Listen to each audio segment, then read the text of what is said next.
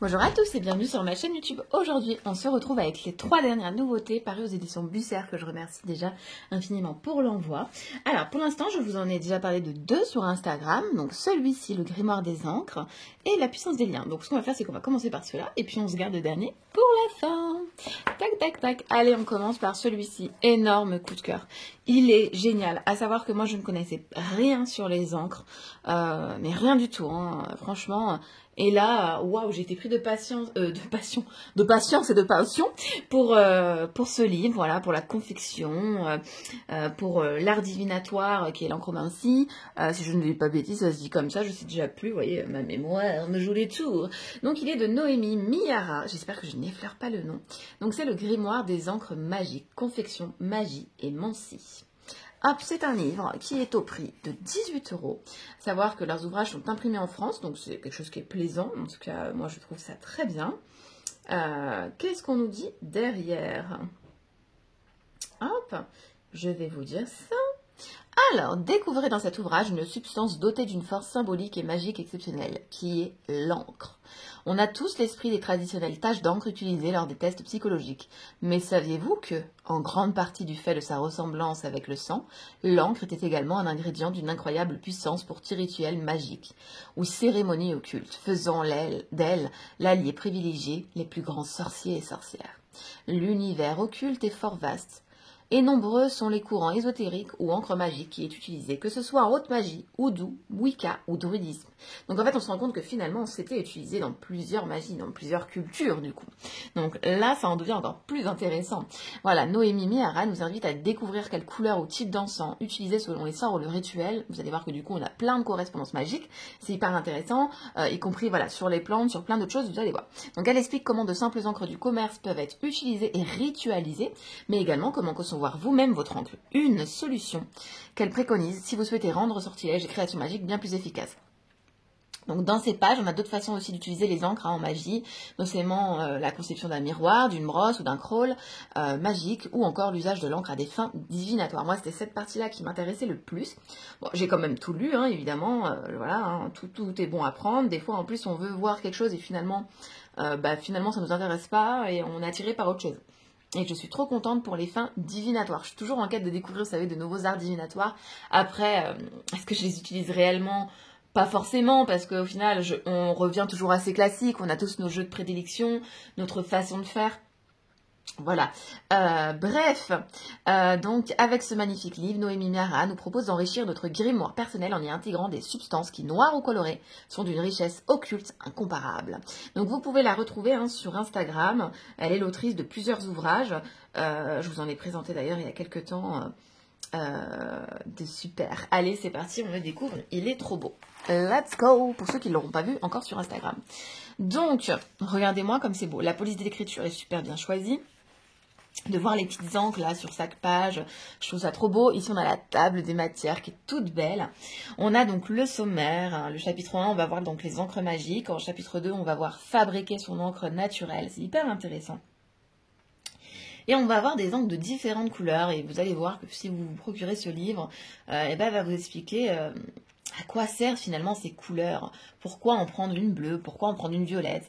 Et là, tout devient encore plus intéressant. En tout cas, moi, je trouve. Le chapitre 3, donc faire de son encre une alliée magique. La transformation de l'encre en une alliée magique, ritualiser son encre, quelques mélanges traditionnels pour vous inspirer. Par exemple, l'encre de sang de colombe, l'encre de l'œil de colombe. Voilà. Hop, l'introduction, l'encre est quelque chose que tout le monde connaît en soi, son utilisation classique remonte à l'enfance pour la plupart d'entre nous, mais peu connaissent sa dimension magique. Et encore remonte à l'enfance, moi je sais que personnellement mes enfants n'écrivent plus du tout avec de l'encre, il n'y a même plus de stylo plume, enfin du coup ils ont même plus ce goût à utiliser l'encre, à avoir la trousse remplie d'encre aussi, enfin vous voyez toutes ces petites choses, ça c'est perdu, voilà.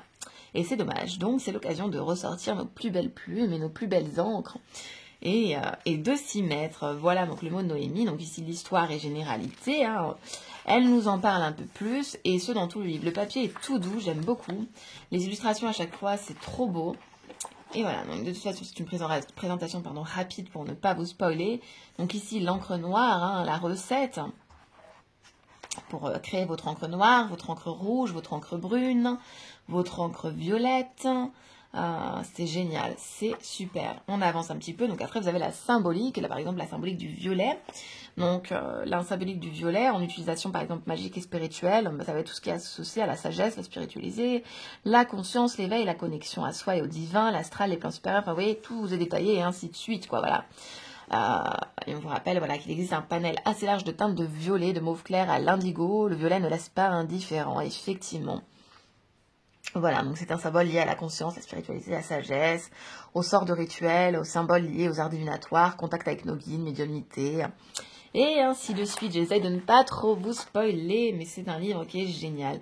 Ici, on a quelques correspondances magiques, hein, le cercle magique, enfin, elle reprend quand même quelques bases. Avant chaque chapitre, vous avez cette jolie couleur violette, comme un dessin fait à l'encre. Je ne sais pas s'il a été fait à l'encre, mais en tout cas, c'est très joli. J'aime beaucoup le sel noir de protection, on en revient souvent à ça. Le sel violet de divination, encore une fois, c'est quelque chose que ça j'essaierai. Le sel vert d'abondance, ça on adore avec cette belle croix d'encre juste ici. Et voilà, après vous avez les rituels, hein, là ici pour faire votre crawl de déesse. Et oui, soyons des déesses, votre brosse magique. Avec voilà comme inscription des quelques mots runiques à y glisser. Enfin, c'est super chouette. Écoutez, moi j'ai beaucoup aimé cet ouvrage. Les nombres, les maîtres nombres, quelques symboles qu'ici elle vient vous montrer. Voilà, voilà. Et à la fin, vous avez de quoi prendre quelques notes. Donc ça, c'est chouette. Et une bibliographie pour en découvrir un peu plus. Voilà, voilà. Et bien écoutez, voici pour cet ouvrage. Et c'est parti, on passe au prochain. Et c'est parti, donc on passe à celui-ci, donc La puissance des liens transgénérationnels d'Alicia Renaud. Donc ils font partie de la collection Les secrets oubliés d'Alicia, donc celui-ci c'est le tome 5. Enfin, le tome 5, c'est pas une suite, c'est un accompagnement, si vous voulez, de tous les autres, mais sur un autre domaine. Donc ici, on touche les liens transgénérationnels, qui nous impactent bien, on le sait aujourd'hui, on peut presque le prouver, quoi, voilà. Donc paru aux éditions Bussière, que je remercie également. Donc celui-ci est au prix, vous allez voir, c'est des petits prix en plus pour une mine d'or d'informations, 13,20 €. Comme les autres, je vous avais présenté l'autre il n'y a pas longtemps. Donc là, on voit celui-ci, je l'ai adoré. Pareil, donc imprimé en France. Donc ce livre va vous inviter à comprendre et à cultiver votre lien intime avec votre essence transgénérationnelle. Chaque chapitre devient une clé vous permettant d'explorer les profondeurs de la lignée qui réside en vous. La connexion à la lignée transgénérationnelle, gardienne des équilibres subtils de votre existence, vous convie à apprendre comment tisser des liens plus profonds avec votre encre, votre essence héritée. C'est une invitation à explorer les techniques qui renforcent cette connexion pour mieux libérer la puissance de votre héritage spirituel, révéler enfin les trésors cachés de votre être intérieur et éveiller votre conscience. Voilà, voilà. On nous parle donc évidemment d'équilibre, d'héritage, de psycho et généalogie, d'énergie de connexion, révéler enfin les trésors cachés de votre être intérieur et éveiller votre conscience grâce à ce livre. Voilà. Vous allez voir grâce au sommaire qu'il est hyper complet, qu'il apporte voilà ce thème avec profondeur. Alicia Renaud, elle fait vraiment un travail voilà très profond à chaque fois dans ses petits livres. Et je vous dis petits livres, mais en fait c'est des mines d'or d'informations. Il y a plein de rituels, quand je dis rituel, on ne parle pas de rituel magique. Hein, je parle là de méditation, de choses voilà de protection énergétique pour se protéger aussi énergétiquement. Voilà, des recherches grâce à ce livre. Allez, c'est parti, on le découvre. Let's go. Hop. Tac, tac, tac. Donc, je vous invite à aller découvrir d'ailleurs sur Instagram Alicia Renaud. Donc, ici, on va avoir la table des matières. Donc, je vais vous lire en gros parce que c'est un grand sommaire qui fait 4 pages de mémoire. Je vous l'ai pris en photo sur Instagram. Donc, contexte et importance de la lignée transgénérationnelle, religion, perspective sociétale, autres perspectives. On a l'objectif de ce livre, donc se libérer des poids énergétiques pour une vie épanouissante. Parce que oui, si on garde ses poids, ses traumas, eh ben on reste un peu enlisé où on est, quoi. Et là, on va pouvoir avancer. Donc, comprendre la lignée transgénérationnelle, l'héritage familial et énergétique, l'exploration de l'héritage et familial énergétique, l'expérience partagée, l'impact de générations passées sur le présent, l'exploration des énergies héritées. Donc c'est hyper intéressant, les secrets familiaux, l'influence des rôles familiaux, l'héritage de croyances aussi familiales. Hein. On a tous beaucoup de croyances erronées et limitantes dues à notre éducation. Voilà. Et c'est ok, il faut être ok avec ça, quoi. On peut s'en dépatouiller, mais il ne faut pas s'en vouloir. Hein. Les blocages énergétiques et leurs influences, donc l'origine des blocages énergétiques, l'impact sur la vie quotidienne, la qualité de vie émotionnelle, la prise de décision, Ensuite, on va avoir l'exploration de sa lignée, donc la cartographie, les énergies familiales, l'identification des poids énergétiques, reconnaître les schémas répétitifs, éclaircissement des liens énergétiques nocifs, détection des liens énergétiques, identification des schémas et des comportements nocifs, et ainsi de suite. Je vous laisse prendre en photo si vous voulez vraiment avoir tout le détail. Ensuite, on va avoir la libération énergétique, donc là, on va avoir des techniques d'approche, des méditations, des travaux sur des croyances limitantes, de l'autoréflexion, l'invitation à la découverte du Reiki. Pourquoi s'intéresser à ça? S'intéresser au chakra. Et après, évidemment, vous allez vers ce qui vous appelle. Si vous n'êtes pas appelé pour le Reiki, eh bien, vous serez appelé par rapport au chakra ou par rapport à autre chose. Comme je vous dis à chaque fois, votre méthode sera la bonne. On s'écoute toujours. Rituel de libération énergétique. Ensuite, on a les guérisons des ancêtres et de soi. On va avoir construit une nouvelle énergie familiale. J'ai adoré ce chapitre. Il est incroyable. J'aurais jamais pensé à ça. Vous voyez, je trouve que c'est épanouissant. Éviter la transmission des blocages, les affirmations positives pour transformer énergétiquement. Ça, je crois que je vous l'ai pris en photo aussi sur Insta. Intégration continue et pratique régulière. Rituel quotidien de connexion à l'énergie libérée et mutation des liens transgénérationnels. Réflexion périodique et ajustement. Parlons d'une éventuelle crise de guérison qui arrive. En fait, à partir du moment où on se libère, on passe par cette fameuse crise de guérison qui peut être impactante ou pas. Donc voilà, mais à savoir que la crise de guérison est bénéfique, comme je vous le dis toujours pour les soins. Pratique puissante, lettre cosmique. Pourquoi écrire une lettre cosmique? Protocole de libération, s'épanouir en pleine conscience. Et ensuite, on reçoit son encouragement pour un voyage continu vers la libération énergétique. Voilà, donc ici, vous avez l'introduction. Et ça y est, on rentre dans le lard, on y rentre. L'objectif de ce livre, quelle est-elle? Se libérer des poids énergétiques pour une vie plus épanouissante. Et quand on avance dans le livre, on a les expériences partagées. Vous allez voir, on va avoir tout un tas de trucs, tout un tas de protocoles à réaliser, de méditation, d'explications. Et tout nous est très très bien expliqué. Vous voyez, je vous disais, c'est un petit livre, mais en fait, ça n'en est pas parce que c'est écrit en petit. Il y a masse d'informations. On n'a pas d'illustration parce qu'on rentre dans le concret, quoi. On n'est pas là pour se regarder dans le blanc des yeux. Non, on est là pour bosser et pour avancer surtout. Voilà, reconnaître les schémas répétitifs, parce que qui dit encore mauvais lien, schéma répétitif, il faut s'en libérer. Et puis ça, on s'en rend compte, souvent quand on fait une guidance vie antérieure, en fait, on se dit, oui, je le savais, quoi, en fait. Enfin, au fond de nous, on le savait, donc c'est drôle. Enfin, c'est drôle, pas toujours, mais voilà. Donc voilà un peu la conception de ce livre. Moi, j'adore. Par exemple, au hasard, tac, tac, tac, rituel de purification, donc le nettoyage physique, la connexion avec les ancêtres, l'utilisation du sojo du Palo Santo. Donc, elle vous explique la sonothérapie. D'ailleurs, il faut que je vous montre quelque chose sur la sonothérapie. Très intéressant. La libération à travers l'amour et la gratitude. Toujours œuvrer pour l'amour et la gratitude et la bienveillance. Ne l'oublions pas. Passer de la subordination à l'action. On y va. Création d'une énergie positive. J'ai adoré aussi, vous voyez, construire une nouvelle énergie familiale. Mais c'est hyper intéressant. C'est super intéressant. J'essaye de ne pas trop vous spoiler, mais voilà, je voulais vraiment vous montrer ces livres-ci qui sont tous trois très différents. Je vous en avais parlé d'ailleurs des deux premiers, comme je vous ai dit sur Insta, mais pas encore du troisième, ça ne serait tardé. J'aime bien faire de belles photos, donc je me laisse toujours un petit peu de temps, d'avoir le temps de vous faire les photos et pas à la va-vite, quoi. Réflexion périodique et ajustement. Hop, voilà, donc pour ce livre Renouveau énergétique et sagesse transgénérationnelle. Pratique puissante, la lettre cosmique, et là c'est hyper intéressant, mais là je ne vous spoil pas, attention, c'est la fin de ce livre-ci. C'est parti, donc moi il vient rejoindre l'autre que j'avais déjà, et par contre j'ai pas les trois premiers, donc ça ne serait tardé, parce que dans les trois premiers, si je ne dis pas de bêtises, on a rituel de lune, on a rituel d'ancrage, donc rituel d'ancrage, c'en est un qui peut énormément m'intéresser, rituel de lune, évidemment, vous le savez, mon amour pour la lune ne me laisse pas toujours tranquille, attention, mais je l'aime, notre dame lune, voilà. Allez, c'est parti, on passe à le dit du tarot, quand le livre se fait oracle, de Patrick Marbier. Donc les textes et les illustrations sont de lui. Moi j'aime beaucoup cet auteur, il a fait pas mal de livres. D'ailleurs, il y a 2 livres que j'ai transmis à ma mère, que je lui ai donnés, qui sont géniaux pour des purifications énergétiques. Donc la bibliomancie pour grandir au pays du soleil levant et partout dans le monde. J'adore. Rien que le titre, ça m'appelle. Moi j'adore la bibliomancie, j'adore les livres qui sont en plus oracles. Et là voilà, vous allez pouvoir tout lire d'un coup. Vous allez pouvoir l'ouvrir au hasard comme on va le faire aujourd'hui. Vous allez pouvoir vous amuser, voilà, et découvrir une histoire à travers le tarot qui nous est transmis ici par Patrick Marbier. On a un joli petit livre qui est au prix de 14,90 €, qui est pas très grand, donc on peut l'emporter dans le sac. Donc toujours passé, paru aux éditions Bussière. Donc voici un tarot qui parle à ceux que nous sommes aujourd'hui et à ceux que nous serons demain. Et oui, nous évoluons tous et c'est merveilleux. Le tarot est Wabi Sabi, quand il voyage d'un bout à l'autre de la terre, quand il puise les odeurs d'ici pour les mener là-bas. Patrick Marbier nous offre ici un tarot empli de poésie, de sensibilité et de sagesse. Par cet ouvrage, il nous donne accès au mystère du tarot, sans fioriture ni prétention. Tout comme son auteur, cet ouvrage a 1000 facettes et 1000 splendeurs de poésie méditative à un ouvrage de bibliomancie. C'est une œuvre complète qui nous fait voyager au pays du soleil levant, mais aussi en nous-mêmes. L'auteur nous transporte dans son univers coloré et tendre pour nous permettre d'en apprendre plus sur le monde, sur nous, sur la vie.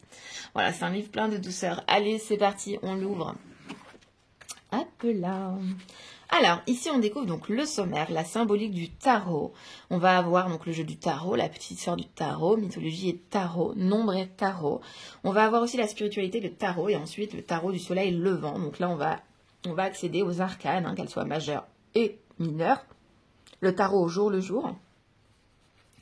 Et le ginkgo. Voilà, donc le prologue ici, ce livre est une première, il est un oracle à lui tout seul.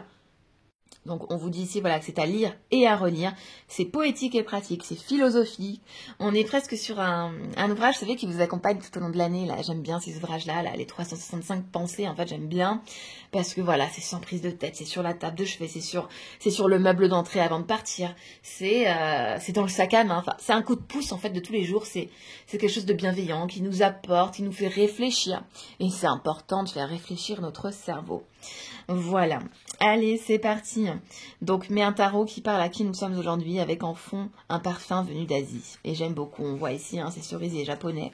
La symbolique du tarot, le chapitre 1, j'adore. Voilà, donc ici comme je vous disais dans le sommaire, on va voir mythologie et tarot. C'est hyper intéressant, là là. Je trouve ça super intéressant. Et génial, franchement je suis trop contente de l'avoir. Le papier est trop chouette, différent des deux autres. Ça que j'aime beaucoup chez Bussière, c'est qu'on a à chaque fois une qualité de papier différente. Et moi j'aime le toucher du papier. Vous voyez, j'aime les liseuses, mais j'aime réellement le papier. On va pas se mentir, je préfère. Donc voilà, ici on a le dit du tarot, ça fait sur les nombres. Voilà. Et puis plein de choses en plus à savoir. Le chapitre 2, donc le tarot du soleil levant. Et là vous allez avoir pour chaque carte, voilà, message. Et une illustration et des petits mots sur la carte de l'illustration. Donc ce qu'on va faire, c'est qu'on va l'ouvrir au hasard et puis on va aller lire. Allez, c'est parti, un message pour nous. Le 2 de denier, un présent quand il vient du cœur, pourquoi le refuser? Oh, nous ne serons pas sur un donner et recevoir, un apprentissage à recevoir du moins. Quand l'existence nous apporte des présents, inutile de les refuser. Encore faut-il être capable d'en prendre conscience pour nous pouvoir les accepter? Parfois, consciemment ou non, nous nous sous-estimons, indignes des cadeaux que la vie nous fait. Un mari trop gentil, une épouse trop aimante, alors nous faisons en sorte que ça ne marche pas. Comme un enfant qui casse son beau jouet sans raison apparente. Pourtant, quand la vie fait un cadeau, c'est l'occasion d'ouvrir des nouvelles portes. La possibilité d'une vie différente, c'est ce qui peut effrayer. Surtout si nous ne sommes pas habitués à recevoir. Quand l'existence te donne, accepte. Le changement implique toujours une perte, mais celle-ci n'est jamais que passagère. On passe tout de suite en fait à une autre page de notre vie, donc acceptons de recevoir ce qui nous vient. Voilà, vous voyez, c'est merveilleux, c'est tout plein de douceur, c'est vraiment chouette. Hop, un autre, allez, la maison Dieu. Quand le ciel tremble, quand notre monde s'écroule, se laisser tomber pour renaître à la vie. Que reste-t-il des tours de Babylone? Que reste-t-il des princes d'antan, des ruines et de la poussière? Construire, c'est magnifique, mais rien n'est éternel. Bien folle et bien prétentieux est celui qui est persuadé du contraire. Celui qui pense qu'en se hissant au sommet de la pyramide, il gagnera l'éternité. Ce n'est pas ce que l'on bâtit qui est important, c'est ce qu'on le réalise ensemble. Avec l'autre, peu importe, alors que le monde autour de nous s'écroule. À plusieurs, on peut reconstruire, mieux, différemment. Ne t'inquiète pas de la chute. Comme dans le rêve, elle se termine toujours bien, parce qu'aucune chute n'est rédhibitoire. Il y a toujours une issue, pour qui ne prend pas le rêve trop au sérieux. C'est magnifique. Moi, j'adore. Voilà, vous me direz ce que vous en pensez, vous me direz lequel livre vous attire le plus. Vous avez le droit de choisir les trois, on a le droit, moi autant j'aime les trois, parce que de toute façon c'est complètement différent, donc choisir c'est renoncer. Et là pour le coup, on a une bibliomancie, un livre oracle, un livre vraiment qui va nous apporter. On a un livre pour nous aider voilà, sur nos liens transgénérationnels pour évoluer. Et on a un livre sur les angles pour découvrir une nouvelle facette, quelque chose de différent si on connaît ou pas, ou pour approfondir nos connaissances, pourquoi pas. Voilà, et bien écoutez, merci d'avoir été présent jusqu'ici. Je vous fais de gros bisous et je vous dis à très vite pour de nouvelles aventures.